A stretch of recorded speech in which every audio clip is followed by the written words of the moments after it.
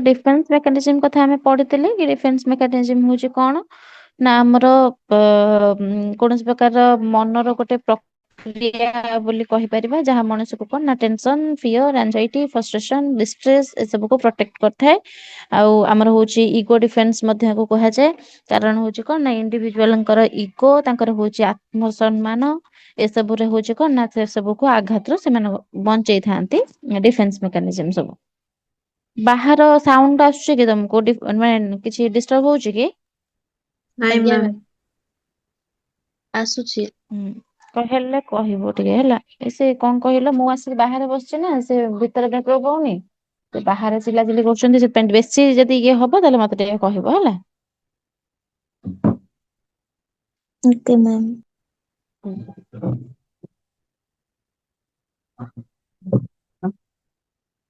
Okay.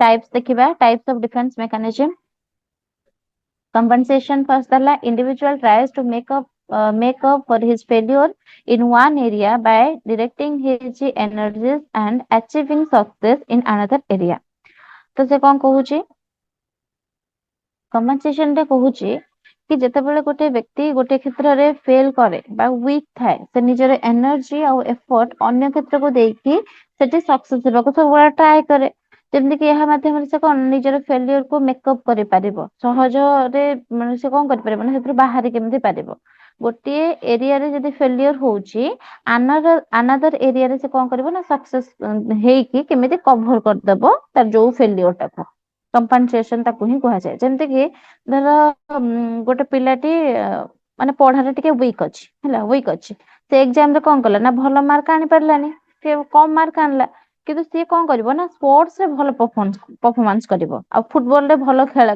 ଖେଳି କରିବ ଖେଳରେ ଭଲ ଇଏ ଆଣିବ ତ ସ୍କୁଲ ଟିମ୍ କ୍ୟାପ୍ଟେନ ହେଇଯିବ ତ ସେଥିରେ ସେ କଣ ଭାବିଲା କଣ ହେଲା ନା ସେ ସିନା ଫେଲିଓର ହେଲା ହ୍ୟାଲୋ କୋଉଥିରେ ନା ହଉଛି ହଁ ଭଏସ ଆସୁନି ଆଜ୍ଞା ମ୍ୟାମ୍ ଭଏସ୍ ଆସୁଛି ଗୋଟେ ରିକ୍ୱେଷ୍ଟ ଥିଲା କିନ୍ତୁ ହଁ କହୁନୁ କୁହ ମ୍ୟାମ୍ ଟିକେ ଡିଫେନ୍ସ ମେକାନିଜମ ଆଉ ଥରେ ଟିକେ ପଢେଇଦେବେ ଟିକେ ବୁଝେଇବେ ଡିଫେନ୍ସ ମେକାନିଜମ ଆଉ ଥରେ କହିବି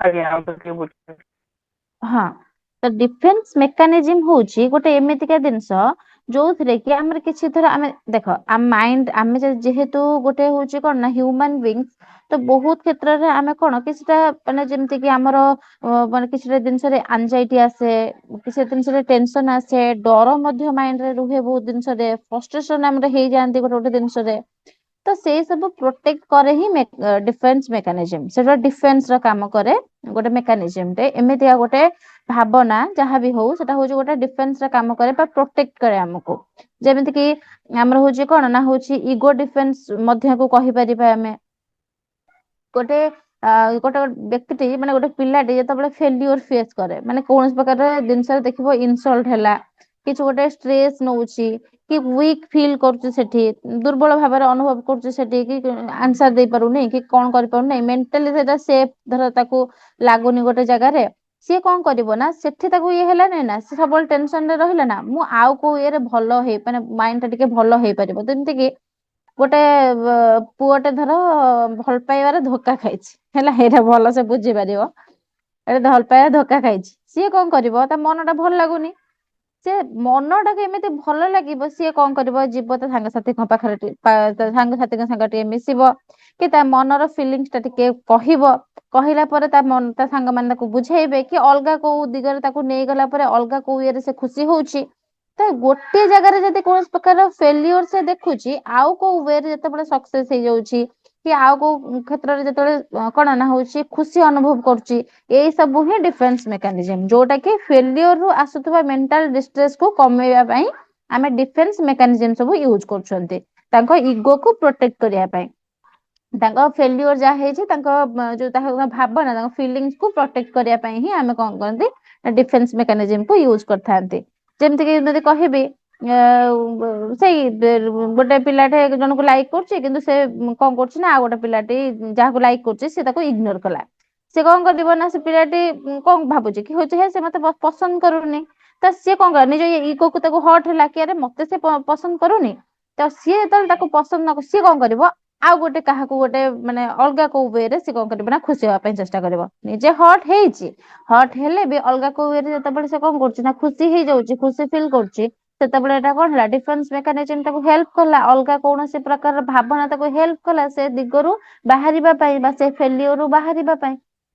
ବୁଝିପାରିଲ ଏଇଟା ହିଁ ଡିଫେନ୍ସ ମେକାନିଜିମ। ବୁଝିହେଲା? ଆଜ୍ଞା ମ୍ୟାଡାମ। ହଁ। ତ କମ୍ପନସେସନରେ ପଢିଲେ ଆମେ କଣ ନା ଆମର ଗୋଟେ ପିଲାଟେ ଯେତେବେଳେ ହଉଛି କଣ ନା କୋଉ କଥାରେ ଗୋଟେ ଫେଲ ହେଇଯାଏ ବା ୱିକ୍ ଥାଏ ବା ଏନର୍ଜି ଏଫର୍ଟ ମାନେ ତାର ହଉଛି କମି ଯାଇଥାଏ ସକ୍ସେସ ପାଇନଥାଏ ଫେଲିୟର ହେଇଥାଏ ସେ ଫେଲିୟର କୁ ମେକଅପ୍ କରିବା ପାଇଁ ସେ କଣ କରେ ନା ଆଉ ଗୋଟେ କିଛି ଗୋଟେ ଆପଣେଇ ଥାଏ ଯୋଉଟା କି ସକ୍ସେସ ର ବାଟ ଯୋଉଟା କି ସେ ଫେଲିୟର ର ଜାଗାଟାକୁ ଫୁଲଫିଲ କରିପାରିବ। ଯେମିତି ଗୋଟେ ପିଲାଟି ପଢାରେ ୱିକ୍ ଅଛି ଏକ୍ଜାମ ରେ ଭଲ ମାର୍କ ଆଣିନି ସେ କଣ କରିବ ନା ହଉଛି ଗୋଟେ ଅଲଗା ଖେଳ ଫେଳରେ କିଛି ଗୋଟେ ଭଲ ପରଫର୍ମ କରିଦବ ପରଫର୍ମ କରିକି ସେ କଣ କରିବ ନା ସେଇ ଫେଲିୟର ଜାଗାଟାକୁ ପରିପୂରଣ କରିଦବ ଏ ୱେରେ। ସେଇଟା ହିଁ ହଉଛି ଆମର କଣ ନା କମ୍ପନସେସନ ବୋଲି କହିବା କମ୍ପନସେସନ ବୋଲି ଆମେ କହିବା ଡିଫେନ୍ସ ମେକାନିଜିମ ର ହେଲା। ତ କମ୍ପନସେସନ ଟା ଲେଖିବ ସର୍ଟ ପଏଣ୍ଟ ଲେଖିବ ଡାକିବି? ଆଜ୍ଞା ମ୍ୟାଡାମ ଆଜ୍ଞା ଆଜ୍ଞା। ମ୍ୟାମ୍। ହଁ ଆଜ୍ଞା ଲେଖ ମ୍ୟାମ୍। ଲେଖ failure in one area failure in one area plus failure in one area plus extra effort in another area.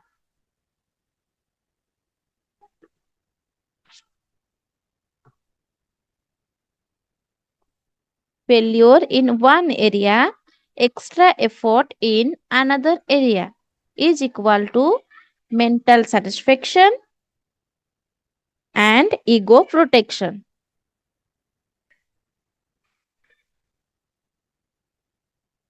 Failure in one area plus extra effort in another area is equal to mental satisfaction and ego protection. ସେଇଟା ବ୍ରାକେଟରେ ଲେଖିଦବ କଣ ନା compensation. ଗୋଟେ ଦିଗରେ failure ହେଲେ extra effort ଦେଇକି ଆଉ ଗୋଟେ ଜାଗାରେ ଖୁସି ପାଇଗଲା ତା ମାନେ ଏଟା କଣ ହେଲା ନା କମ୍ପେନସେସନ ହେଇଗଲା ବା ମେଣ୍ଟାଲ ସାଟିସ୍ଫାକ୍ସନ ପାଇଲା ଇଗୋ ପ୍ରୋଟେକ୍ସନ ହେଲା। ବୁଝିହେଲା ତ? Yes, ma'am. ତାପରେ ଯିବା ରେସନାଲାଇଜେସନ। ହ୍ୟାଲୋ ମ୍ୟାମ୍ ଟିକେ ପ୍ଲିଜ ଆଉ ଥରେ କହିବେ କି? Failure in one area plus extra effort in another area is equal to mental satisfaction and ego protection. ବ୍ରାକେଟରେ ଲେଖିଦବ compensation. Ma'am ଏଇ ଯୋଉ ମେଣ୍ଟାଲ ସାଟିସ୍ଫାକ୍ସନ ମିଳିବ ହୁଁ। ସେଟା ଅନ୍ୟ କାହାଠାରୁ ମିଳିଲେ ହବ ନା ନିଜେ ଧର କିଛି କାମରେ ଏନଗେଜ ରହିକି ମେଣ୍ଟାଲ ସାଟିସ୍ଫାକ୍ସନ କରିବା ସେଠି ବି ହେଇପାରିବ?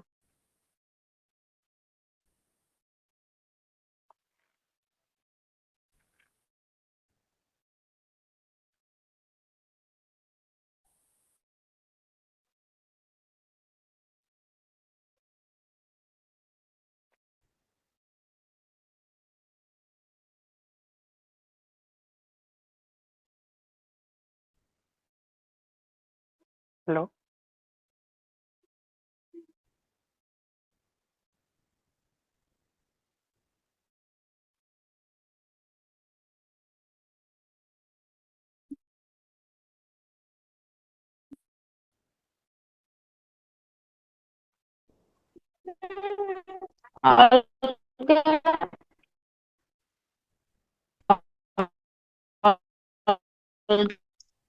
ମ୍ୟାମ୍ ଶୁଭୁନି। ମ୍ୟାଡାମ ଭଏସ ଆସୁନି।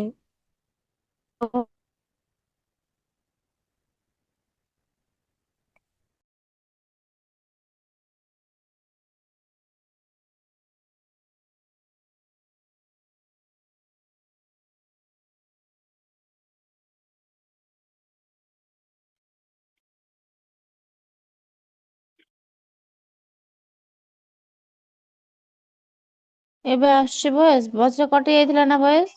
ଆଜ୍ଞା ମ୍ୟାମ୍। ଭାରି ପ୍ରୋବ୍ଲେମ ହଉଛି ରେ। ହଉ ଠିକ ଅଛି, ମତେ କହିବ କେତେବେଳେ କଟିଲା।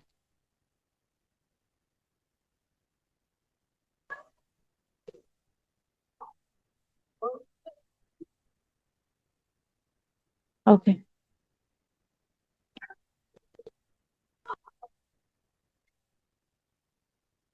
ତାପରେ ଆସିଲା କଣ ନା rationalization. Rationalization କହୁଛି in this individual justifies his failure by giving incorrect explanation about his thought and action. Rationalization କହୁଛି କଣ, ତା ମାନେ ହଉଛି ଯେତେବେଳେ ଗୋଟେ ପିଲାଟି ନିଜ ଫେଲିଓର କିମ୍ବା ଭଲ ମାନେ ଭୁଲ କାମକୁ ଜଷ୍ଟିଫାଇ କରିବା ପାଇଁ ଗୋଟେ କିଛି ଭୁଲ କିମ୍ବା କିଛି ଗୋଟେ ଏକ୍ସପ୍ଲାନେସନ କରେ ବା ଗୋଟେ ଯୁକ୍ତିଟେ ବାଢେ, ଯାହା ଦ୍ୱାରା କି ସେ ନିଜକୁ କରେକ୍ଟ ପ୍ରମାଣିତ କରିବା ପାଇଁ ଚେଷ୍ଟା କରୁଛି। ହେଲା, ମାନେ ସେ ଭୁଲ କରିଛି, ତାର ଫେଲିଓର ହେଇଛି ଯୋଉଥିପାଇଁ କି ଯେମିତି କି ତମେ ଏକ୍ସାମ ରେ ଫେଲ କରିବ, ତମେ ଗୋଟେ କଣ କରିବ ନା ଗୋଟେ ଜଷ୍ଟିଫାଇ କରିବା ପାଇଁ, ତମ ନିଜ ଭୁଲକୁ ଜଷ୍ଟିଫାଇ କରିବା ପାଇଁ ତମେ କଣ କରିବ ନା ହଉଛି ଗୋଟେ ଏକ୍ସପ୍ଲାନେସନ କରିବ, ଯୋଉଟା କି ଯୁକ୍ତି ବାଢିବ ଯାହାକୁ, ସେଇଟାକୁ କରେକ୍ଟ ପ୍ରମାଣିତ କରିବା ପାଇଁ ବା ଚେଷ୍ଟା କରିବ ସେଟାକୁ କରେକ୍ଟ ପ୍ରମାଣିତ କରିବା ପାଇଁ, ସେଇଟା ହିଁ ରାସନାଲାଇଜେସନ ବୋଲି କହୁଛି। ଭୁଲ କରୁଛ, ତା ଯୋଉ କାରଣ ଅଛି ତାକୁ ଆକ୍ସେପ୍ଟ କରୁଛ, ତାକୁ କଣ କରିବ ନା ଆକ୍ସେପ୍ଟ ସିନା ତମେ ନିଜେ କଲ, ଅଲଗା କାହାକୁ କଣ କରିବ ନା ହଉଛି ଏକ୍ସକ୍ୟୁଜ ଦବ, କିଛି ଗୋଟେ ଏକ୍ସକ୍ୟୁଜ ବନେଇଦବ କି ହଁ ଏଇଥିପାଇଁ ଏଇଟା ଏମିତି ହେଲା ବୋଲି। ତ ଏଇଟା କଣ ହେଲା ନା ନିଜ ମନକୁ କେବଳ ଆମେ ଶାନ୍ତି ଏଠି କରୁଛନ୍ତି। ଏହା ମାଧ୍ୟମରେ କଣ ହୁଏ କି ଗୋଟେ ପିଲାଟେ ଫେଲ ହେଇଛି, ଧର ତମେ ଏକ୍ସାମ କୁ ଯାଇଛ, ଏକ୍ସାମ ରେ ତମର ଏକ୍ସାମ ଟା ଏତେ ଭଲ ହେଇନାହିଁ, ତଥାପି ତମେ ଯୋଉ 100 ମାର୍କ ର ଏକ୍ସାମ ଦେଇଛ, 100 ମାର୍କ ରୁ 70 ମାର୍କ ଭଳିଆ ଆନ୍ସର ତମକୁ ଆସୁଛି। ହେଲା, ତାପରେ କଣ କରିବ ନା ହଉଛି ଏକ୍ସାମ ଦେଇକି ତ ଆସିଛ, ଯେତେବେଳେ ସମସ୍ତେ ପଚାରିବେ ତାର ଏକ୍ସାମ କେମିତି ହେଇଛି, ହଁ ଭଲ ହେଇଛି, ହେଲା ସବୁ ମାନେ ହଁ ହଁ ଭଲ ହେଇଛି ବୋଲି କହୁଛ, କିନ୍ତୁ ତମ ମନରେ କଣ ହେଇଛି, ତମ ମନରେ ଜାଣିଛ କି ହଁ ମୋ ଏକ୍ସାମ ଟା ଏମିତିଆ ଟାଇପ ର ହେଇଛି ବୋଲି।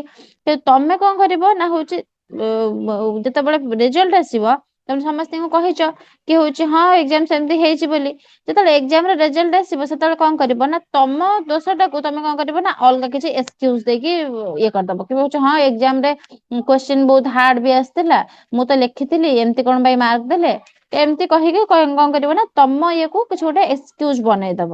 ଯେମିତି କି ଗୋଟେ ପିଲାଟେ ଏକ୍ସାମ ଦେଇଛି, ଏକ୍ସାମ ରେ ଫେଲ ହେଇଗଲା, ତାର କାରଣ କଣ, ସେ ଭଲ ଭାବରେ ପଢିନଥିଲା, କିନ୍ତୁ ସିଏ ଏକ୍ସକ୍ୟୁଜ କଣ ଦବ ନା ପେପର ଟା ପୁରା ବହୁତ ଡିଫିକଲ୍ଟ ଥିଲା, ଯୋଉଠି ଆମର ଟିଚର ମାନେ ପଢିଥିଲେ ସେ ଟିଚର ମାନେ ବହୁତ ଷ୍ଟ୍ରିକ୍ଟ ଥିଲେ, ଟାଇମ ଠିକ ଭାବରେ ନଥିଲା, ଘଣ୍ଟା ଚାଲୁ ନଥିଲା ସେଠି, ହେଲା ଟାଇମ ମତେ ମିଳିଲାନି କରିବା ପାଇଁ, ସେଠି ବହୁତ ସାରା ଚିଲା ଚିଲି ହଉଥିଲେ ପିଲା, ସେଥିପାଇଁ ଟାଇମ ମତେ ମିଳିଲାନି, ସେଇଥିପାଇଁ ମୁଁ ଫେଲ ହେଇଗଲି।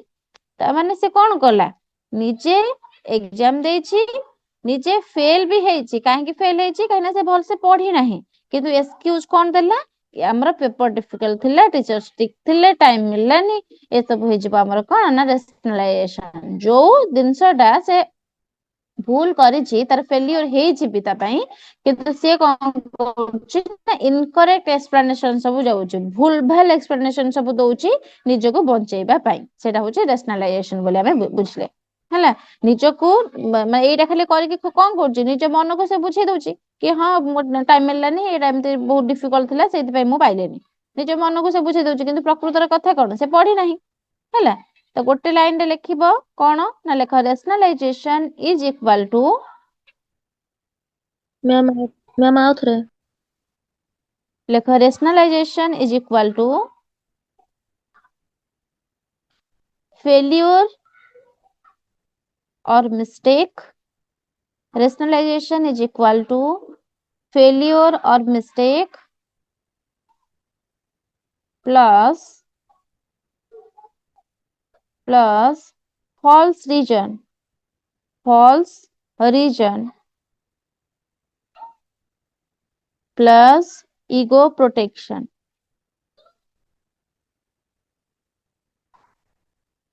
Failure or mistake plus false reason plus ego protection.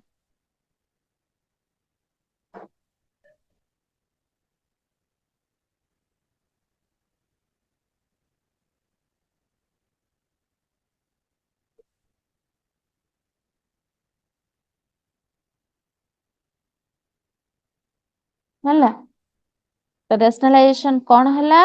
failure ହେଲା ସିଏ ବା କିଛି ଗୋଟେ mistake କଲା, ତାପରେ କଣ କଲା? false reason ଦେଲା, ତାପରେ କଣ ହେଲା ନା ଇଗୋ କୁ ପ୍ରୋଟେକ୍ସନ କଲା। ଯୋଉଟା ତାର ହଉଛି ସିଏ କଣ କରିବା କଥା କି ସେ ଭୁଲ କରିଛି, ପାଠ ପଢି ନାହିଁ, ସେଇଟାକୁ ମନରେ କଣ ସେ ଭାବିବ, ସିଏ କଣ କଲା ନା ନିଜ ଇଗୋ କୁ ପ୍ରୋଟେକ୍ସନ କରିବା ପାଇଁ ସେ ତାଙ୍କର ଫଲ୍ସ ରିଜନ ଦେଲା, ଆଉ ମିଷ୍ଟେକ୍ ଯୋଉଟା ହେଇଛି ତା ପାଇଁ ହେଲା। ତ ସେଥିପାଇଁ rationalization ହଉଛି କଣ ନା is a defence mechanism in which an individual justify his failure by giving false or incorrect explanation. ଏଇଟା ହେଲା ଆମ rationalization। ତାପରେ ଆସିଲା projection। projection କଣ? in this individual tries lessening his own guilt by blaming others for his failure, thus justifying his action। ତ କଣ projection ସେ କହୁଛି? ଗୋଟେ ପିଲାଟି ଯେତେବେଳେ ନିଜ ଭୁଲ ଆଉ ତାର ଗିଲ୍ଟ ହେଲା କିମ୍ବା କିଛି ଗୋଟେ ଫେଲିୟର କୁ ଆକ୍ସେପ୍ଟ କରିବା ମାନେ ଆକ୍ସେପ୍ଟ ନ କରି ସେହି ଦୋଷକୁ ଅନ୍ୟମାନଙ୍କ ଉପରେ ଠେଲି ଦିଏ ବା ବ୍ଲେମ କରେ। ଯେତେବେଳେ ଆଉ କାହାକୁ ମାନେ କାହାକୁ ଗୋଟେ ବ୍ଲେମ କରିବ, ସେତେବେଳେ ଆମେ ତାକୁ କହିବା କଣ ନା ପ୍ରୋଜେକ୍ସନ ହେଇଛି। କଣ ନା ଅନ୍ୟମାନଙ୍କ ଉପରେ ଦୋଷକୁ କେମିତି ଲଦି ଦବା, ସେଇଟା ହିଁ ହଉଛି ପ୍ରୋଜେକ୍ସନ। ଏହା ମାଧ୍ୟମରେ କଣ ହବ ନା ଗିଲ୍ଟ କମିବ। ଯେମିତି ଏକ୍ସାମ ରେ ସେ ଭଲ ମାନେ କଣ କରିଛି ନା ହଉଛି ଫେଲ ହେଇଛି, ସେ ସତ କଥା ହଉଛି କଣ ସେ ପଢି ନାହିଁ, କିନ୍ତୁ ସିଏ କଣ କରିବ ନା ଟିଚର ଉପରେ ଲଦିଦବ ଦୋଷକୁ କି ଆରେ ଟିଚର ଭଲ ଟିଚର ନଥିଲେ, ସେ ମତେ ଆମକୁ ଭଲସେ ପଢେଇ ନାହାନ୍ତି, ନୋଟ ଆମକୁ ପ୍ରୋଭାଇଡ କରିନାହାନ୍ତି, ଆମ ଉପରେ ସେ ଟିଚର ଟା ରାଗ ରଖିକି ମତେ କଣ କଲା ନା ହଉଛି ଫେଲ କରେଇଦେଲା ହେଲା। ମୁଁ ପାଠ ପଢି ପାରିଲିନି ପୁରା, କାହିଁକି ନା ମୋ ଫ୍ରେଣ୍ଡସ ମାନେ ମତେ ଆସିକି ଡିଷ୍ଟର୍ବ କଲେ। ଏମିତି କରି କଣ କରିବ, ଦୋଷ ଅନ୍ୟ ଉପରେ ଲଦିଦବ। ଯେତେବେଳେ ଦୋଷ ଟା ଅନ୍ୟ ଉପରେ ଲଦି ଦିଏ, ସେତେବେଳେ ଆମର ପ୍ରୋଜେକ୍ସନ ବୋଲି ତାକୁ କୁହନ୍ତି। ଏଠି ଆମର କଣ, ଗୋଟେ ପିଲାଟି ପଢିନି, ଗୋଟେ ପିଲାଟି ଧର ତା ନାଁ ହଉଛି ରାକେଶ, ରାକେଶ ଭଲସେ ପଢିନି ସେଥିପାଇଁ ସେ ଫେଲ ହେଲା, କିନ୍ତୁ ସିଏ ତାର ଫେଲିୟର ରିଜନ କଣ ଦଉଛି, ଆରେ ଅଲଗା ମାନଙ୍କ ଉପରେ ଲଦି ଦଉଛି କି ହଁ ଟିଚର ଭଲ ନଥିଲେ, ଟିଚର ଭଲସେ ପଢେଇଲେନି, ନୋଟ୍ସ ଆମକୁ ଦେଲେନି, ଫ୍ରେଣ୍ଡସ ମାନେ ଡିଷ୍ଟର୍ବ କଲେ, ଏଇଥିପାଇଁ ମୁଁ ପଢି ପାରିଲିନି। ତ ଏଇଟା ହଉଛି ଆମର କଣ ନା ପ୍ରୋଜେକ୍ସନ। ବୁଝିପାରିଲ? Yes, ma'am. ଲେଖ projection is equal to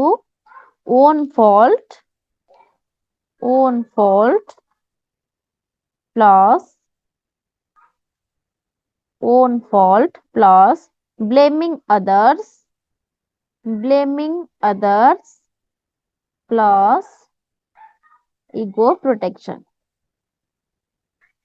ma'am ଆଉ ଥରେ ଟିକେ। हाँ, projection is equal to own fault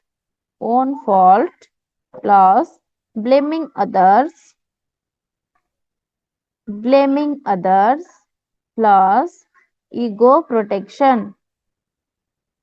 ma'am ଆଉ ଥରେ ଟିକେ କୁହନ୍ତୁ। projection is equal to own fault plus blaming others plus ego protection।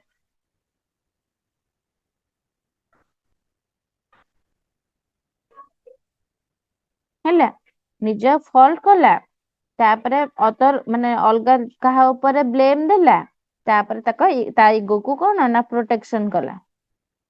ଏଇଟା ହେଇଯିବ ଆମର କଣ ନା ପ୍ରୋଜେକ୍ସନ। ଆଚ୍ଛା, ମତେ କିଏ ବୁଝେଇ ପାରିବ ପ୍ରୋଜେକ୍ସନ ଆଉ ଗୋଟେ ହଉଛି ଆମେ କଣ ପଢିଲେ ନା ରେସନାଲାଇଜେସନ, ଏ ଦିଟା ଭିତରେ କଣ ମାନେ ତଫାତ ଅଛି, କିଏ ବୁଝେଇବ ମତେ?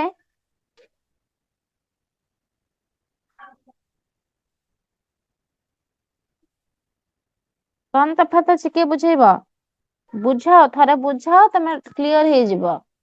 ଜ୍ଞାନ ବାଣ୍ଟିଲେ ଜ୍ଞାନ ବଢେଟି, ପଢିଛ? କୁହ।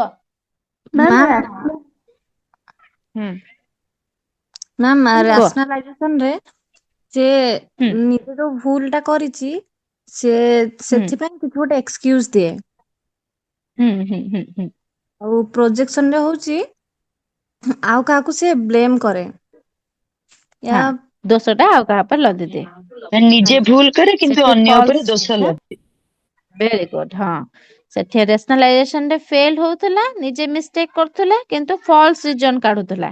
ଏଠି କଣ ହେଲା ନା ହଉଛି ଫେଲିୟର ହେଲା, ମିଷ୍ଟେକ୍ କଲା କିନ୍ତୁ ଦୋଷ ଆଉ କାହା ଉପରେ ଲଦି ଦେଲା ବା ବ୍ଲେମ କଲା। ଏଇଟା ହଉଛି ତାଙ୍କ ଦିଟା ଭିତରେ ତଫାତ୍। ତାପରେ ଆସିଲା ଆଇଡେଣ୍ଟିଫିକେସନ।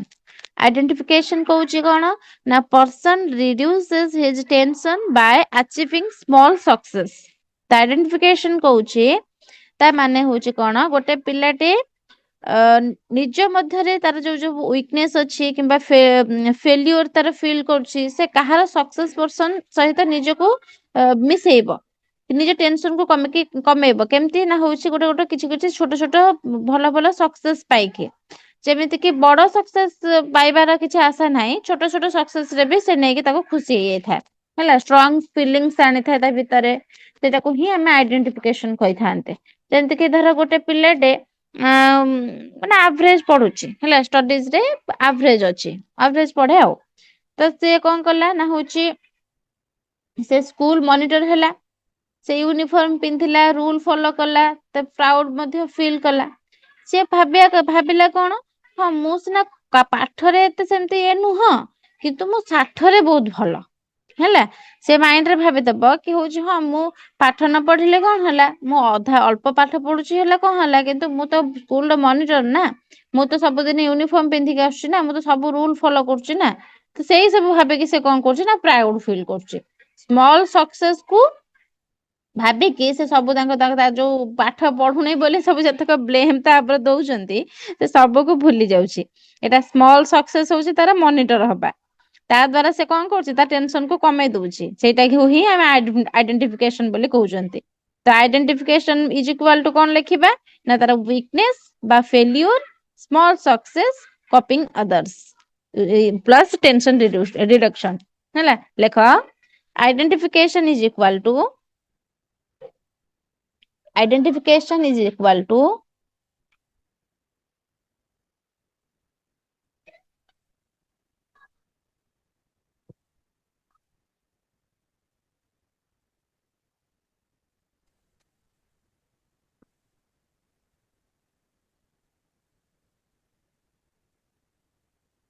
लिख लो, identification is equal to weakness or failure, weakness or failure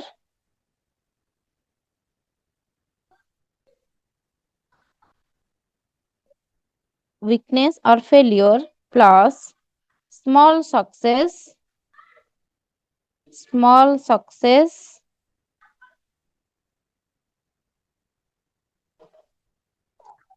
or copying others, or oblique देख लिख दो, small success oblique copying others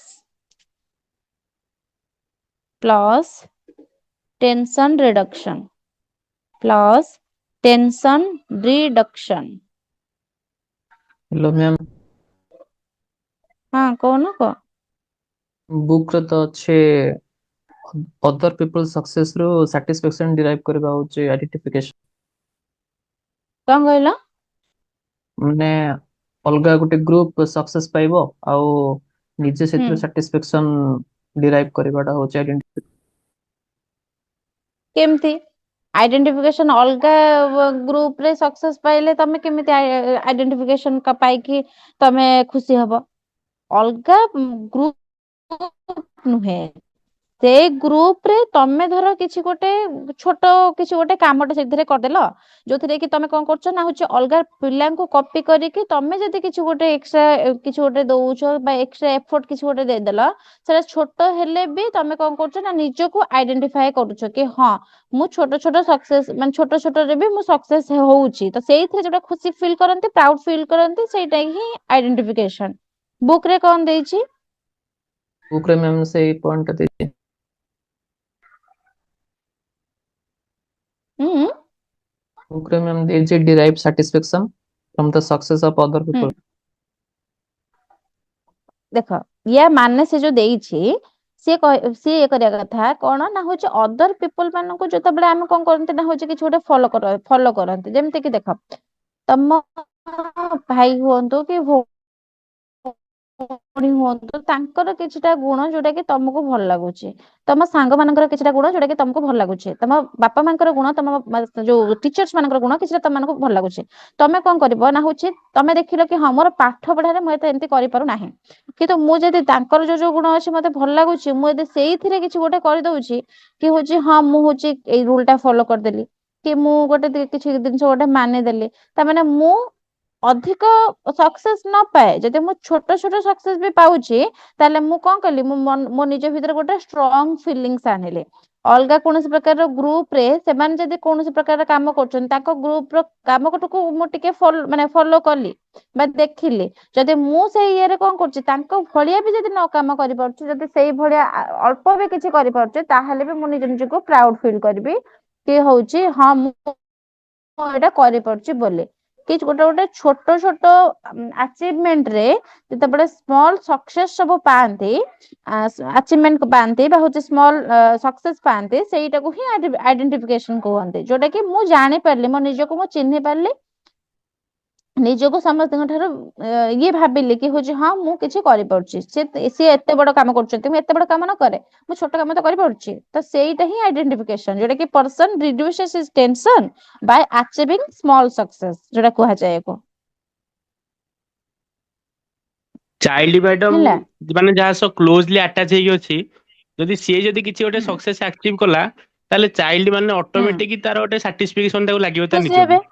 ହୁଁ ହୁଁ ହଁ ହୁଁ ସେଇଟା ବି ଆଇଡେଣ୍ଟିଫିକେସନ ଡେଫିନେସନ ହେଇପାରିବ ନା ହେଇପାରିବନି? ଆଇଡେଣ୍ଟିଫିକେସନ ହେଇପାରିବ, ହେଇପାରିବ। ଯେମିତି ଗୋଟେ ଛୋଟ ଆଜ୍ଞା ମ୍ୟାଡାମ। ଛୁଆଟା ସିଏ ହଉଛି, ହଁ ସିଏ ହଉଛି କଣ କରୁଛି ନା ହଉଛି ଜଣଙ୍କ ସହିତ ପୁରା କ୍ଲୋଜଲି ଇଏ ଅଛି, ତା ମା ଯଦି ଦେଖିବ ହସୁଛି, ସିଏ କଣ କରିବ, ସିଏ ବି ଗୋଟେ ସାଟିସ୍ଫାକ୍ସନ ତାକୁ ମିଳିବ କି ହଁ ଗୋଟେ ମୁଁ ଗୋଟେ କିଛି ଗୋଟେ ଇଏ କରିଦେଲି ଯୋଉଟା ଯୋଉଥିପାଇଁ କି ମୋ ମା ବି ସେ କଥା ପାଇଁ ହସିଲା, ତ ସେଟା ବି ଗୋଟେ ତାର ପାଇଁ ଗୋଟେ ଆଇଡେଣ୍ଟିଫିକେସନ ହବ। ମ୍ୟାମ୍ ଆପଣ ଆଜ୍ଞା ହେଲା। ଯୋଉଟା ବୁଝେଇଲେ ସେଟା ବୁକ୍ ରେ ଲେଖା ହିଁ ହେଇଛି। This is an adjustment mechanism which enables one to derive satisfaction from the success of other people and groups with which one feels affiliated and related. ହଁ ସେଇ କଥା ତ ମୁଁ କହିଲି ନା ତମକୁ। ନାଇଁ ମ୍ୟାମ୍ ସେ ପଚାରିଲେ ତ ଖାଲି ଫାଷ୍ଟ ଖାଲି ଯୋଉ ଅଦର ପିପଲ ର ସକ୍ସେସ ନା, ସେଥିପାଇଁ ଆପଣ ଯୋଉଟା ବୁଝେଇଲେ ହଁ ଏକ୍ଜାକ୍ଟଲି ସେ ହଁ ଲେଖା ହିଁ ହେଇଛି। ହଁ ସେଇଟା ତାପରେ ଏଇଟା ଲେଖା ହେଇଛି, ସେ ଅଧା ପଢି ଦେଇଛନ୍ତି ଆଉ ପଢେଇ କହିଛନ୍ତି। ବୁଝିପାରିଲ ତ, ଯିଏ ପଚାରୁଥିଲ ଜାଣିପାରିଲ? Yes, ମତେ ma'am. ନାଁ ଦେଖା ଶୋ ହଉନି ତ ମୁଁ ଜାଣିପାରୁନି। ହଁ ଠିକ ଅଛି, ତାପରେ ଆମେ ପଢିବା ଏଇଟା ଲେଖିଲ, ମୁଁ ଯୋଉଟା ଡାକିଲି ଲେଖିଲ ନା ଆଉଥରେ ଡାକିବି? Yes, ma'am. Lecture. ହଉ ଲେଖ। ଦେଖିଲୁ ମ୍ୟାଡାମ। ତାପରେ ଦେଖ ଲେଖି ସବଷ୍ଟିଟ୍ୟୁସନ। ହଁ ସବଷ୍ଟିଟ୍ୟୁସନ ରେ ଲେଖିଛି କଣ ନା he substitute leisure aim if he could not achieve the higher goals। ୟା ମାନେ କଣ? ସବଷ୍ଟିଟ୍ୟୁସନ ମାନେ ହଉଛି କି ଗୋଟେ ପିଲା ଯେତେବେଳେ ଗୋଟେ ହାୟର ଗୋଲ ବା ଗୋଟେ ଉଚ୍ଚ ମାନର ଏମ୍ ଯୋଉଟା କି କହନ୍ତି ଲକ୍ଷ୍ୟ ପାଇବାରେ ଫେଲ କରେ, ହେଲା ମାନେ ଗୋଟେ ହାୟର ଲେବୁଲ ର ଏମ୍ ଅଛି, ସେଟାକୁ ପାଇବାରେ ସେ କଣ କରୁଛି ନା ଫେଲ ହେଇଯାଉଛି, ସେ କଣ କରେ ତା ପରିବର୍ତ୍ତେ ଗୋଟେ ଛୋଟ କିମ୍ବା ସହଜ ଗୋଲ କୁ ବା ଲେଜର ଏମ୍ କୁ କଣ କରେ ନା ଆକ୍ସେପ୍ଟ କରିଦିଏ। ସେଇଠି ହିଁ ସେ ସନ୍ତୁଷ୍ଟ ହେଇଯାଏ, ମୁଁ ଏତେ ବଡ କାମ କରିପାରୁନି, ମୁଁ ଛୋଟ କାମ ଯଦି କରୁଛି ବି ସେଇଥିରେ ବି ମୁଁ ସନ୍ତୁଷ୍ଟ। ହେଲା ବିଗ୍ ଏମ୍ ଆଚିଭ୍ ନହେଲା ନାହିଁ, ସ୍ମଲ ଏମ୍ ତ ମୁଁ ଆକ୍ସେପ୍ଟ କରିପାରୁଛି, ତା ସବଷ୍ଟିଟ୍ୟୁଟ ରେ ଏଇଟା କୁହନ୍ତି ନା, ଯେତେବେଳେ ମେଡିସିନ ଷ୍ଟୋର ଯାଇଥିବ ଏ ସବଷ୍ଟିଟ୍ୟୁଟ ର ନାଁ ଶୁଣିଥିବ, ଶୁଣିଛ ନା ନାଇଁ? Yes ma'am. ହଁ ସେ କହିବେ କି ତାହା ସବଷ୍ଟିଟ୍ୟୁଟ ରେ ଏଇଟା ଅଛି, ତା ମାନେ କଣ ସେଟା ନାହିଁ, ତା ସବଷ୍ଟିଟ୍ୟୁଟ ରେ ଆମର ଏଇଟା ଅଛି, ତ ହଉଛି କାହା ବଦଳରେ ଗୋଟେ କୋଉଟା। ଏଇଟା ଆମର କଣ ଏଇ ଯୋଉ ଏଇ ସବଷ୍ଟିଟ୍ୟୁସନ ର ମାଧ୍ୟମରେ ଆମେ କଣ କରନ୍ତି ନା ଡିସଆପଏଣ୍ଟମେଣ୍ଟ କୁ ଆମେ କଣ କରିଥାନ୍ତେ ନା କମେଇଥାନ୍ତେ। ଡିସଆପଏଣ୍ଟ କୁ କମେଇକି ମେଣ୍ଟାଲ ପିସ୍ ଆମେ ଆଣିଥାନ୍ତି, ଯେମିତି କି ଗୋଟେ ତମେ ଚାହୁଁଛ କଣ ନା ହଉଛି ଡକ୍ଟର ହବା ପାଇଁ ଚାହୁଁଥିଲ, ଛୋଟ ବେଳୁ ଚାହୁଁଛ କି ମୁଁ ଗୋଟେ ଡକ୍ଟରଟେ ହେବି, ହେଲା ତ ହଉଛି କଣ କଲ ମାନେ ମେଡିକାଲ ଏଣ୍ଟ୍ରାନ୍ସ ଏକ୍ଜାମ ରେ କ୍ଲିୟର କରିପାରିଲନି ତମେ, ତ କଣ ହବ ଗୋଟେ ଫାର୍ମାସିଷ୍ଟ ହବ, ହେଲା ଗୋଟେ ଲ୍ୟାବ ଟେକ୍ନିସିଆନ ହବ, ଗୋଟେ ଟେକ୍ନିସିଆନ କଣ କରିବ ନା କୋର୍ସ କରିବ, କୋର୍ସ କରିକି ତମେ କଣ କରିବ ଫିଲ୍ କରିବ ହଉ ଛାଡ ମୁଁ ତ ସେ ଏଣ୍ଟ୍ରାନ୍ସ ରେ କ୍ଲିୟର କରି ମୁଁ ହାପି ଫିଲ୍ କରୁଛି ହାୟର ଗୋଲ ଆଚିଭମେଣ୍ଟ ଯଦି ନ ହେଇପାରୁଛି ସେଇ ରିଲେଟେଡ ଯଦି ସ୍ମଲର ଗୋଲ ଆକ୍ସେପ୍ଟ କରିପାରୁଛ ସେଇଟାକୁ ହିଁ ଆମେ କହନ୍ତି କଣ ନା ସବଷ୍ଟିଟ୍ୟୁସନ ଡିଫେନ୍ସ ମେକାନିଜିମ ବୋଲି ଆମେ ନା ବାରମ୍ବାର ବିଏଡ ଏଣ୍ଟ୍ରାନ୍ସ ଦେଲ ବିଏଡ ଏଣ୍ଟ୍ରାନ୍ସ ରେ କଣ ନା ପାସ୍ କରିପାରିଲନି ଯଦି ବି ବିଏଡ ଏଣ୍ଟ୍ରାନ୍ସ ରେ ପାସ୍ କଲ ତାପରେ ଓଏଏସଟି କ୍ଲିୟର କରିପାରୁନ କି ଓଏଏସଟି କ୍ଲିୟର କରିଦେଲ ତାପରେ ଆଉ ଯାହା ସବୁ ଏକ୍ସାମିନେସନ ରହିଲା ଆରଏସଟି ହେଲା ଟିଜିଟି ହେଲା ଯାହା ବି ହଉ ସେ ସବୁର ଏକ୍ସାମ ଧର କ୍ଲିୟର କରିପାରୁନ କେତେ ଦିନ ହବ ସେ ଏଜ ଲିମିଟ ବି ପଳେଇ ଗଲାଣି ତାର ଏଜ ଲିମିଟ ଥାଏ ଏଜ ଲିମିଟ ବି ପଳେଇଗଲା ତାପରେ କରିବ କଣ ଆଉ ତ କିଛି ଆଉ ଚାରା ନାହିଁ ଯେହେତୁ ତମର ଇଚ୍ଛା ଥିଲା କି ତମେ ଗୋଟେ ଟିଚରଟେ ହବ ବୋଲି ତମେ ଗୋଟେ କୋଉ ଇନଷ୍ଟିଟ୍ୟୁସନ ରେ ପଢେଇଲ କି ଗୋଟେ କୋଉଠି ଟିଉସନ ପଢେଇଲ କି ଗୋଟେ କୋଚିଂ ସେଣ୍ଟର ଟେ ନିଜେ ଖୋଲିଲ ତ ସେଇଟା ହେଇଗଲା ତମ ମାଇଣ୍ଡ ମ୍ୟାମ ରେ ଥିଲା ପୁଣି ମୁଁ ଗୋଟେ ଆରଏସଟି ଗଭର୍ଣ୍ଣମେଣ୍ଟ କେବେ ଜବ ବାହାରିବ କରିବି ମାନେ କୋଉ ଇୟର ରେ ବାହାରିବାକୁ ଜାଣିଛନ୍ତି? ଆରଏସଟି ଏବେ ବାହାରିବ ଏବେ ଏଇ କିଛି ମାସ ପରେ ବାହାରିବ ତାପରେ ଏବେ ଆଉ ବାହାରିବାର ନାହିଁ ଆରଏସଟି ପୁଣି ନେକ୍ସଟ ଇୟର କୁ ବାହାରିବାର ଅଛି ଏଥିପାଇଁ କାହିଁକି ନା ଭ୍ୟାକେନ୍ସି ବହୁତ ସାରା ଅଛି ସେଥିପାଇଁ କିନ୍ତୁ ଏବେ କହିହବନି ଏବେ କେତେ ପୋଷ୍ଟ ବାହାର କରୁଛି ଦେଖିଲା ପରେ ତାପରେ ଯାଇ କହିହବ ତମାନଙ୍କ ଓକେ ମ୍ୟାଡାମ। ଇଏ କୁ ହେଇଯାଇଥିବ ତମର 2 ଇୟର ସରିଲା 2 ଇୟର ତ ନାହିଁ 1.5 ବର୍ଷ 1.5 ବର୍ଷ ସରିଲା ବେଳକୁ ତମ ବେଳକୁ ହିଁ ବାହାରିଥିବ ତମର ବି ଭଲ ବ୍ୟାଚ୍ କାହିଁକି ନା ତମର ସରିବ ମାନେ ତମେ ଓଏସଟି ଦେଇପାରିବ ଓଏସଟି ପରେ ଆଉ ବହୁତ ସାରା ଭ୍ୟାକେନ୍ସି ଅଛି ଆଗକୁ ବାହାରିବ ହେଲା ତ କଣ ହେଲା ନା ହଉଛି ଆମେ ସ୍ମଲ ଗୋଲ ଆଚିଭମେଣ୍ଟ କରିବା ଯଦି ବି ବିଗ ନ ହେଇ ପାରୁଛେ ତ ଏଟା ଲେଖ substitution is equal two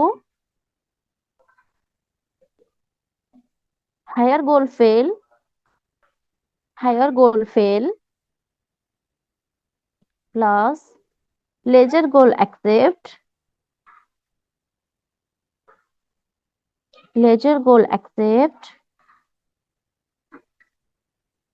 plus mental satisfaction ma'am ଆଉ ଥରେ ଡାକନ୍ତୁ ଲେଖ substitution is equal to higher goal fail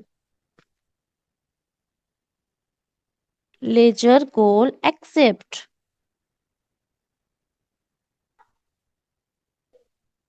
plus mental satisfaction ଯାହା substitution ଟା ସେଇଆ ହେଲା ଆମେ ହାୟର ଗୋଲ ରେ ଫେଲ ହେଲେ ଲେଜର ଗୋଲ କୁ ଆକ୍ସେପ୍ଟ କଲେ ତାପରେ ଆମର ମେଣ୍ଟାଲ ସାଟିସ୍ଫାକ୍ସନ ଆସିଗଲା ସେଇଟାକୁ ହିଁ ଆମେ ସବଷ୍ଟିଟ୍ୟୁସନ ବୋଲି କହିଲେ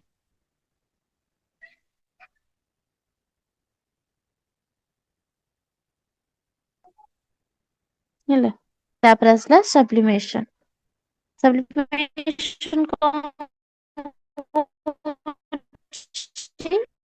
in this the ma'am voice acceptable impulse to socially କଟୁଛି ୟେସ୍ ମ୍ୟାମ୍ ୟେସ୍ ମ୍ୟାମ୍ ହାଲକା ଟିକେ କଟୁଛି। ଏବେ ଆସୁଛି ନା କଟୁଛି ଏବେ କ୍ଲିୟର ଅଛି ମ୍ୟାମ୍ ଆସୁଛି ମ୍ୟାମ୍ ଆସୁଛି ma'am in this the individual try to transform unacceptable impulse to socially acceptable actions ତ କଣ କହୁଛି ସବ୍ଲିମେସନ କଣ ହେଲା ନା ଯେତେବେଳେ ଗୋଟେ ପିଲାଟି ହେଲା unacceptable impulses ବା desires ଏମାନେ କଣ ନା କୌଣସି ପ୍ରକାର ଇଚ୍ଛା ତାର ଅସ୍ୱୀକାର କାର୍ଯ୍ୟ ମାନେ ଅସ୍ୱୀକାର ଯୋଗ୍ୟ ଯୋଉଟା ଅନଆକ୍ସେପ୍ଟେବଲ ଯୋଉଟା କି ଆକ୍ସେପ୍ଟ ହେଇପାରିବ ନାହିଁ ସେ ସବୁ ଟାଇପ ର ଇଚ୍ଛା ସେଗୁଡିକ କଣ ହବ ନା ସୋସିଆଲ ଆକ୍ସେପ୍ଟେବଲ ଆକ୍ସନ ଯୋଉଟା କି ସମାଜ କଣ କରୁଥିବ ନା ମାନ୍ୟ କରୁଥିବାର କାମ ମଧ୍ୟରେ ଟ୍ରାନ୍ସଫର୍ମ ହେଇଥାଏ କରିଦେଇଥାଏ ଯେମିତି କି ବ୍ୟାଡ ଖରାପ ଭାବନା ଅନୱାଣ୍ଟେଡ ଫିଲିଙ୍ଗସ ଗୁଡ ଆଉ ୟୁଜଫୁଲ ଆକ୍ଟିଭିଟିଜ ଏଇଟା ମିଶେଇକି ହିଁ ଆମେ ସବ୍ଲିମେସନ ଆମେ କୁହନ୍ତି ଏହା ଗୋଟେ କଣ କରିଥାଏ ନା ହେଲ୍ଦି ଡିଫେନ୍ସ ମେକାନିଜିମ ର କାରଣ ହେଇଥାଏ ଏଥିରେ କଣ ଥାଏ ନା ନେଗେଟିଭ ଇମୋସନ କୁ ପଜିଟିଭ ୱାର୍କ ରେ ୟୁଜ ଆମର କରିଥାନ୍ତି ଯେମିତି କି କଣ ନା ହଉଛି ଗୋଟେ ପିଲାଟି ବହୁତ ରାଗି ହେଲା ବହୁତ ଆଗ୍ରେସିଭ ସେ ଲୋକଙ୍କୁ ମାରିବା ପରିବର୍ତ୍ତେ କଣ କରୁଛି ବକ୍ସିଂ ରେଷ୍ଟିଂ ହେଲା ଏସବୁରେ ଜଏନ କରୁଛି ବକ୍ସିଂ କରୁଛି ସ୍ପୋର୍ଟସ ମାଧ୍ୟମରେ ତାଙ୍କ ନିଜର ଆଙ୍ଗରକୁ ବାହାର କରିଦଉଛି ସେଠି ତ ସେଟା ହଉଛି ଆମର କଣ ନା ହଉଛି କହିପାରିବା sublimation in this the individual try to transform unacceptable impulses to socially acceptable action। ତ ସିଏ କଣ କରୁଛି, ଯୋଉଟା ସିଏ ଧର ରାଗି ଯାଇଛି ବହୁତ ଜୋରରେ, ସିଏ ଯାହାହେଲେ ବି କାହାକୁ ଗୋଟେ ମାଡ଼ଟେ ମାରିବ। ସେଇଟାକୁ ସିଏ କଣ କରୁଛି, ଏଟା ତ ଖରାପ କଥା ନା ମାଡ଼ ମାରିବା। ସେ ତାକୁ କଣ କରୁଛି ନା କନଭର୍ଟ କରୁଛି, କାହା ଦେହରେ କନଭର୍ଟ କରୁଛି ନା ସେ ଯୋଉ ମାନେ ବକ୍ସିଂ କରିବ କି ଖେଳ ଖେଳିବ, ମାନେ ସ୍ପୋର୍ଟସ ମାଧ୍ୟମରେ ତାଙ୍କ ନିଜର ଆଙ୍ଗର ଟାକୁ କଣ କରିବ ନା ବାହାର କରିଦବ। ସେଇଟାକୁ ବାହାର କରିବାଟାକୁ ହିଁ ଆମେ କହନ୍ତି କଣ ନା ହଉଛି ସବ୍ଲିମେସନ ବୋଲି କୁହନ୍ତି, ଯୋଉଟା କି ଅନଆକ୍ସେପ୍ଟେବଲ ଇମ୍ପଲସେସ୍ କୁ ସୋସିଆଲ ଆକ୍ସେପ୍ଟେବଲ ଆକ୍ଟିଭିଟି କରିସାରିକି ପଜିଟିଭ ଆଡଜଷ୍ଟମେଣ୍ଟ ଆଣିବ। ମାନେ ସେ ଆଡଜଷ୍ଟ କଲା ନିଜର ଆଗ୍ରେସନ କୁ ବା ନିଜର ଖରାପ ଗୁଣକୁ ଅଲଗା ୱେରେ ରିପ୍ରେଜେଣ୍ଟ କଲା, ଯୋଉଟା କି ସୋସାଇଟି ଆକ୍ସେପ୍ଟ କରୁଛି। ସେ ସବୁ ଦ୍ଵାରା କନଭର୍ଟ କରିବା ଦ୍ଵାରା ସେ କଣ କଲା ନା ଗୋଟେ ପଜିଟିଭ ଆଡଜଷ୍ଟମେଣ୍ଟ ଆଣିଲା ଆଉ ତାଙ୍କ ମନ ଭିତରେ। ସବ୍ଲିମେସନ ଏଇଟା ହେଲା, ଲେଖ unacceptable impulse, sublimation is equal to unacceptable impulse plus socially acceptable activity। ଲେଖ sublimation is equal to unacceptable impulse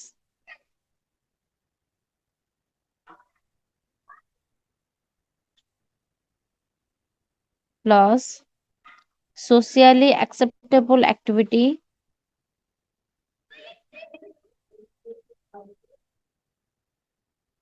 is equal to positive adjustment। से पॉजिटिव एडजस्टमेंट जहाँ सब्लिमेशन से ମ୍ୟାମ୍ ସୋସିଆଲି ଆକ୍ସେପ୍ଟେବୁଲ ପରେ एक्टिविटी, सोशियली एक्सेप्टेबल एक्टिविटी जहाँ society accept करे सेगुड़ा activity आमे accept करिबा बा आमे एडजस्टमेंट करिबा is equal to positive adjustment.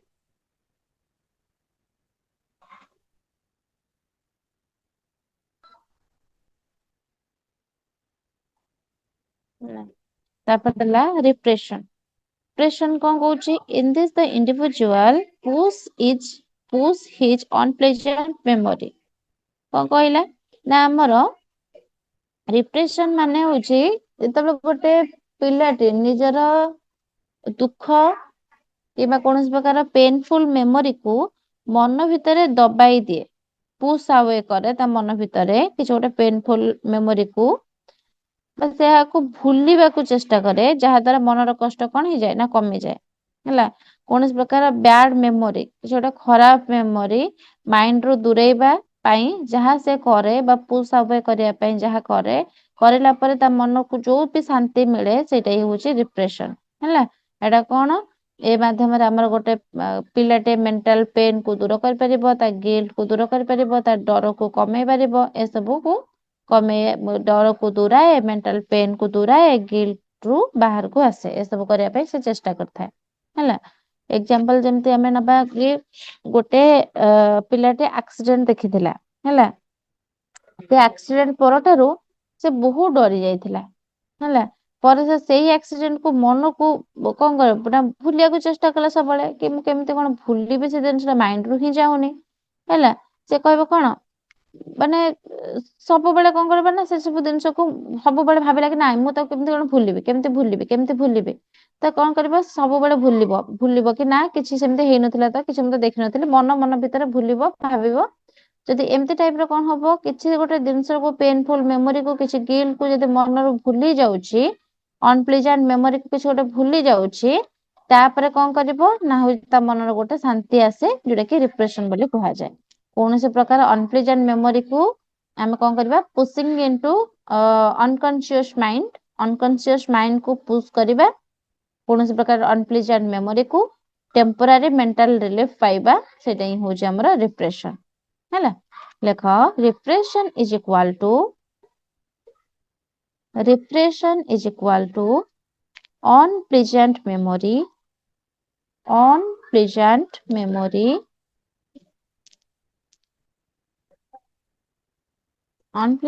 कहला माने ओटा कि पेनफुल मेमोरी बोली हमें बुझिबा हैला। जोटा कि खुशी जी दिए नाही मेंटल पेन दिए सेटा होची unpleasant memory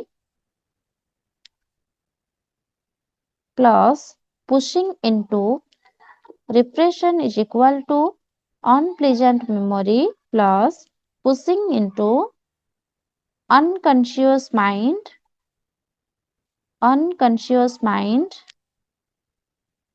repression is equal to unpleasant memory plus pushing into unconscious mind is equal to temporary mental relief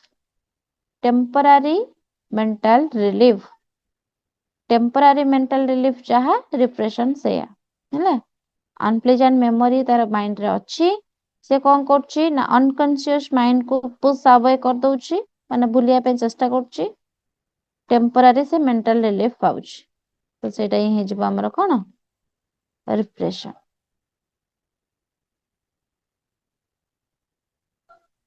हैला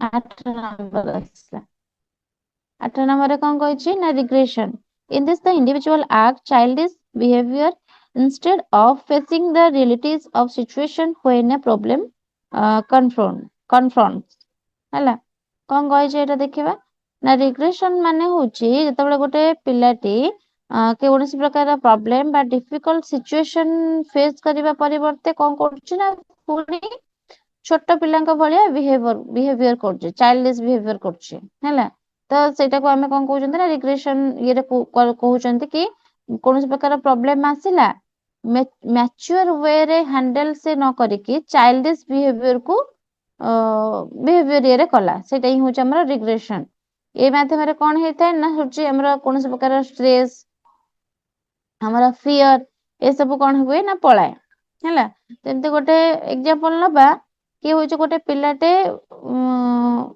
ताको होछि 10 वर्ष हैला 10 वर्ष रे गोटे झियोटे घरे ताको कोन ना नुवा बेबी आसी कला तांकर पेरेंट्स बेबी को अधिक अटेंशन देले ऋतु हठात कौन कला से जो पिलाटे जेता ना ऋतु से हठात कौन कला ना कांदिबा जिद करिबा बेबी भली बिहेव करिबा ए सब को आरंभ कला तो कौन कला ना चाइल्डिश बिहेवियर को से फेरी गला पुणी आ एटा रिग्रेशन डिफेंस मेकानिज्म बोली हम ताको कहिबा कौनसी प्रकार प्रॉब्लम फेस कला से रिटर्न कला से अर्लियर चाइल्डिश बिहेवियर को जोटा कि टेम्पररी रिलीफ पाइला जेमती गोटे जो एथिरे देखिथिबो बोधे ए जो शॉर्ट्स सब आसेनी सेइथिरे देखिथिबो कि धर गोटे छुआटे थिबो तार गोटे कुनी भाईटे आसीबो से कुनी भाई को जाहले बेसी अटेंशन दिए जीवो कइना से छोटो पिलाटे जति के अटेंशन ताको दिया होउथिला आ गोटे कुनी बेबी आसला परे ताको बेसी टिके अटेंशन दिया जीवो जेतबे ताको बेसी अटेंशन दिया जीवो ये जे 10 वर्षर पिला जे थिबो से कौन करिवो ना होजे कबे मते एमती भल पाउथिले आ मते एमती भल पाउनांती सीए कौन करिवो ना कुनी बेबी जेमती मा कोडरे सोइथिबो सीए कौन करिवो जाई ता मा कोडरे सुके सोइ पडिवो सी जाइबो कि मते टिके एमती गेल करन्ते मते एमती टिके कैसे आको जेमती कळा लगे दउछन्ती ताको सेमती खुवाई दउछन्ती मते भी सेमती टिके करन्ते तो सेमाने कौन करिवे ना होजे पुणी आउथरे चाइल्डिश बिहेवियर करिवे तो चाइल्डिश बिहेवियर कला माने ताको ही हमें रिग्रेशन बोली कहते सेतिके समय पय से कोन ना गोटे सैटिस्फैक्शन पाते टेम्पररी रिलीफ पाते सेटा ही होचे हमर रिग्रेशन बोली कहा जाय हला रिग्रेशन टा को रिग्रेट बोली भाबी दबनी रिग्रेशन होचे अलगा in this the individual act childish behavior instead of facing the realities of situation when a problem confronts हला जेतेबेले किछि गोटे प्रॉब्लम टे ताको प्रॉब्लम फेस करन्ते से माने कोन करिवे ना होची चाइल्डिश बेले बिहेव करिके सेति समय पर्यंत से माने टेम्पररी रिलीफ पाइबे हला लेख regression is equal to facing problem regression is equal to facing problem तापर गोटे आरो मार्क देखि लेख returning to earlier childish behaviour returning to earlier childish behavior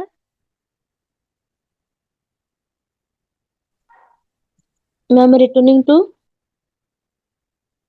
to earlier childish behavior ଆଉ ଗୋଟେ ଦିଅ ଆରୋ ମାର୍କ ଲେଖ टेम्पररी रिलीफ जोटा रिग्रेशन सेटा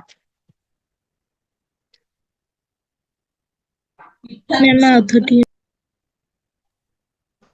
लेखा regression is equal to facing problem arrow mark देके लिखिबो returning to earlier childish behaviour तबरे आ गोटे एरो मार्क देके लिखिबो टेम्पररी रिलीफ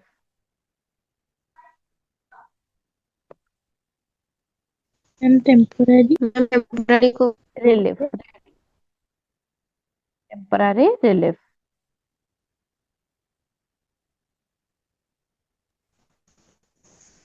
ହେଲା ତାପରେ ଆସିଲା ନେଗେଟିଭିଜମ ରେ କଣ କହିଛି that implies giving negative response to every demanding situations ତ ନେଗେଟିଭିଜମ କଣ କହୁଛି ଯେତେବେଳେ ଗୋଟେ ପିଲାଟି ବ୍ୟକ୍ତିଟି ପ୍ରତ୍ୟେକ ଡିମାଣ୍ଡିଂ ସିଚୁଏସନ ରେ ନେଗେଟିଭ ୱେ ରେ ରେସ୍ପଣ୍ଡ କରେ ସବୁ କଥାରେ ନା କହିବ ଅସମହତି ପ୍ରଦାନ କରିବ ହେଲା ବିରୋଧ କରିବ ମନା କରିବ ଏଇଟାକୁ ହିଁ ନେଗେଟିଭିଜମ ବୋଲି କୁହାଯାଏ ଯଦି କୌଣସି ପ୍ରକାର କେହି ଗୋଟେ କିଛି କରିବାକୁ କହିବ ସବୁବେଳେ କହିବ ନା ମୁଁ କରିପାରିବିନି ମୁଁ ଯାଇପାରିବିନି ହେଲା ୟା ମଧ୍ୟରେ କଣ ହୁଏ ବ୍ୟକ୍ତି ନିଜ ଆଙ୍ଗର ଫ୍ରଷ୍ଟ୍ରେସନ କିମ୍ବା ଇନସିକ୍ୟୁରିଟିକୁ ପ୍ରକାଶ କରେ ସେ ରାଗିଛି ବୋଲି ମନା କରୁଥିବ କୌଣସି ପ୍ରକାର ଫ୍ରଷ୍ଟ୍ରେସନ ଅଛି କୌଣସି କଥାକୁ ନେଇକି ସେଥିପାଇଁ ମନା କରି ପଡୁଥିବ କିଛି ଗୋଟେ ଇନସିକ୍ୟୁରିଟି ଫିଲ୍ କରୁଛି ସେଥିପାଇଁ ମନା କରୁଥିବ ତ ଏଟା ଗୋଟେ କଣ ନା ହଉଛି ନେଗେଟିଭିଜମ କହିଲା ମାନେ ସବୁବେଳେ ନେଗେଟିଭ ନା ହେଲା ଏକ୍ସାମ୍ପଲ ଯେମିତି ଗୋଟେ ପିଲାଟେ ଗୋଟେ ଷ୍ଟୁଡେଣ୍ଟଟେ ତାକୁ ଟିଚର କହିଲା କି ହୋମୱାର୍କ କର ସେ କହିଲା ନା ପ୍ୟାରେଣ୍ଟସ କହିଲେ ଖାଅ ସେ କହିଲା ନା ଫ୍ରେଣ୍ଡସ କହିଲେ ଆସ ଖେଳିବା କହୁଛି ନା ହେଲା ଏଠାରେ କଣ ନା ସବୁ ସିଚୁଏସନରେ ନେଗେଟିଭ ରେସ୍ପନ୍ସ ହିଁ ସେ ଦଉଛି ନେଗେଟିଭ ଡିଫେନ୍ସ ମେକାନିଜିମ କଣ କହୁଛି ନା ସବୁବେଳେ ସିଚୁଏସନକୁ ନା କହୁଛି ମାନେ ତାର କିଛି କରିବାର ହିଁ ନାହିଁ ସେ କିଛି ଇଏ କରିବାର ନାହିଁ ସେଥିରେ କିନ୍ତୁ କଣ କରୁଥିଲା ନେଗେଟିଭ ସବୁ ଯାକ ମେକାନିଜିମ ଇଏରେ କଣ କରୁଥିଲା ନା କିଛି ଗୋଟେ ସେଲ୍ଫ ସାଟିସ୍ଫାକ୍ସନ ଇଏ ପାଉଥିଲା କି କଣ କରୁଥିଲା ଏଠି ସେ କଣ କରୁଛି ନା ସବୁ ସିଚୁଏସନକୁ ସବୁ ଡିମାଣ୍ଡିଂ ସିଚୁଏସନ ରେ ଯାହା କି ଲୋକମାନେ ଡିମାଣ୍ଡ କରୁଛନ୍ତି ତା ପାଇଁ କି ଖେଳିବା ଆସ ପିଲାଟି ପାଠ ପଢୁ ଯୋଉ ସବୁ ଡିମାଣ୍ଡ କରୁଛନ୍ତି ସେତେବେଳେ ସବୁବେଳେ ନେଗେଟିଭ ରେସ୍ପନ୍ସ ସେ ଦଉଛି ନେଗେଟିଭ ରେସ୍ପନ୍ସ ଦେଲା ପରେ ହିଁ ତାର ହଉଛି କଣ ନା ଡିଫେନ୍ସ ମେକାନିଜିମ ତାର ହଉଛି କଣ ସବୁବେଳେ ନେଗେଟିଭ ହିଁ ଆସୁଛି ହେଲା ଏଟା ଲେଖ କନକ୍ଲୁଜନ ରେ negativism is equal to demanding situation plus always negative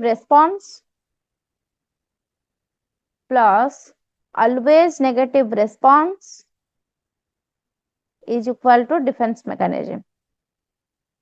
is equal to defense mechanism ସେଇ ଏକା ନେଗେଟିଭିଜମ ଯୋଉଟା ସେଇଟା